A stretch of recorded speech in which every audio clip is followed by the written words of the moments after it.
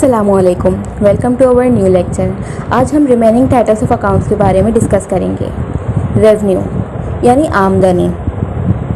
आमतौर पर आमदनी के दो ज़राए होते हैं, या तो आप कुछ सामान बेचकर कमाएं यानी सेल्स ऑफ गुड्स वाला कारोबार, या आप अपनी सर्विस देकर कमाएं। जैसे एक डॉक्टर कुछ बेचता नहीं है, बस सर्विस देकर कमाता है। रेवेन्यू वो वैल्यू है जो तमाम सामान को बेचकर मिले, सर्विस देकर मिले या सामान को बेचकर मिले या सर्विस देकर मिले एक पीरियड के दौरान। रेवेन्यू वो पैसा है जो एक कंपनी हासिल करती है कारोबारी मामलात के नतीजे में, भले से सामान बेचकर, खिदमात देकर, किराया लेकर या किसी भी दूसरे तरीके से। रेवेन्यू फार्मूला, सामान बेचने वाले कारोबार का formula. Revenue is equal to number of unit sold multiply by average price. जितना सामान बेचा इसको मल्टीप्लाई करें इसकी कीमत से तो रेवेन्यू आ जाएगा। नेक्स्ट, सर्विस वाले कारोबार के लिए रेवेन्यू का formula.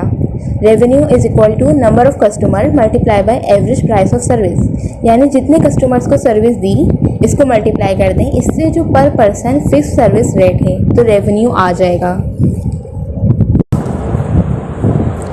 Revenue list.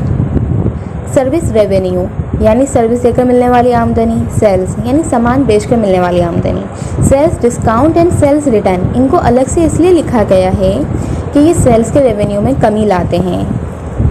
Sales discount, sales के वक्त ही पैसों में कुछ कमी करना, डिस्काउंट देना, यह सेल्स डिस्काउंट कहलाता है। सेल्स रिटर्न, सेल्स के बाद सामान में कुछ खराबी निकलने के बाइस कस्टमर का सामान वापस कर जाना। इस सूरत में भी पैसे वापस किए जाते हैं। दोनों सूरतों में ही सेल्स के रेवेन्यू में कमी आ रही है, इसी वजह से इनको अलग लिखा गया था।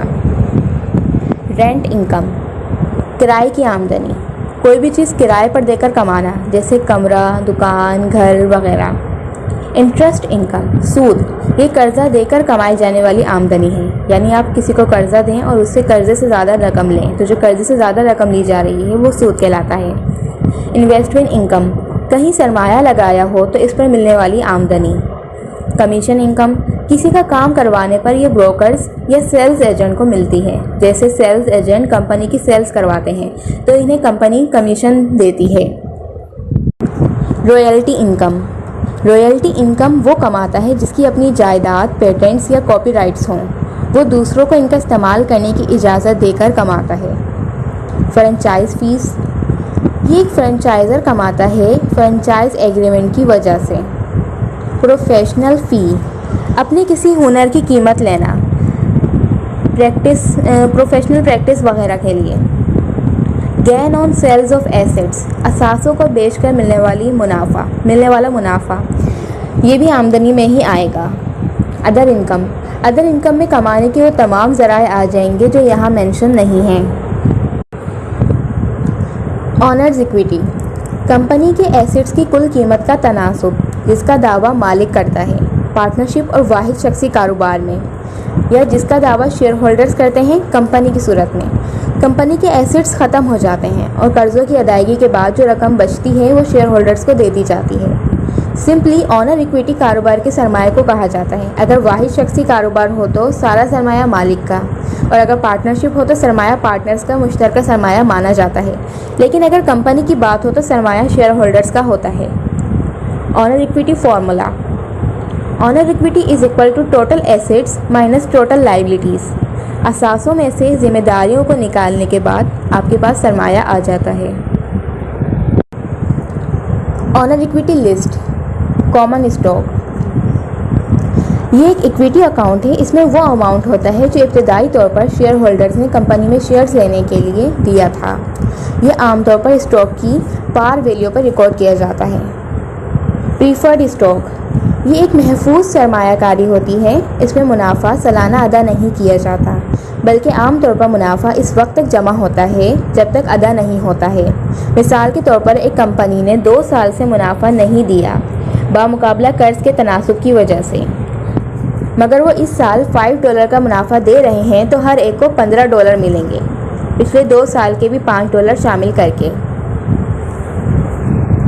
रिटेन अर्निंग्स, ये वो पैसे हैं जो एक कंपनी कमाती है। इनको इस रिटेन अर्निंग के अकाउंट में इसलिए रखा जाता है क्योंकि ये तमाम पैसे शेयर होल्डर्स में नहीं बांटे जाते, बल्कि कुछ बांटे जाते हैं, कुछ कारोबार में री इन्वेस्ट किए जाते हैं और कुछ वाजिबात यानी लायबिलिटीज़ की अदायगी के लिए बचा लिए जाते हैं। ट्रेजरी स्टॉक, ये वो अमाउंट है जो इन्वेस्टर्स को इनके स्टॉक के बदले वापस कर दिया जाता है और इससे टोटल इन्वेस्टर्स की तादाद कम हो जाती है और ये कंपनी के कुल सरमाए में कमी का बायस भी बनता है। कंट्रीब्यूटेड सरप्लस, इसको प्रीमियम ऑन शेयर्स भी कहा जाता है। इसका मतलब ये है कि शेयर्स अपनी मुकर्ररा वैल्यू से ज़्यादा का बिक गया है। स्टॉक डिविडेंड, मुनाफा देना शेयर्स की सूरत में, क्योंकि डिविडेंड का मतलब ही मुनाफा देना होता है। कैश डिविडेंड, मुनाफा देना पैसों की सूरत में। प्रॉपर्टी डिविडेंड, ये cash dividend and stock dividend का अल्टरनेटिव है जिसमें मुनाफा जायदाद की सूरत में मिलता है। शेयर कैपिटल, शेयर होल्डर से मिला हुआ सरमाया शेयर कैपिटल कहलाता है। वारंट्स, किसी कंपनी की तरफ से अखज़ करदा मसाइल जो ख़रीदार को ख़त्म होने की तारीख से पहले कंपनी के स्टॉक का ख़ास कीमत पर ख़रीदने का हक़ देता है, लेकिन जिम्मेदारी नहीं देता। रिवेल्यूशन रिजर्व्स, किसी मकसद के तहत कुछ पैसे को बचाकर रखना रिजर्व कहलाता है। इसकी रिवेल्यूशन का मतलब ये है कि जितना पैसा रखा गया था इसको बढ़ा दिया गया है।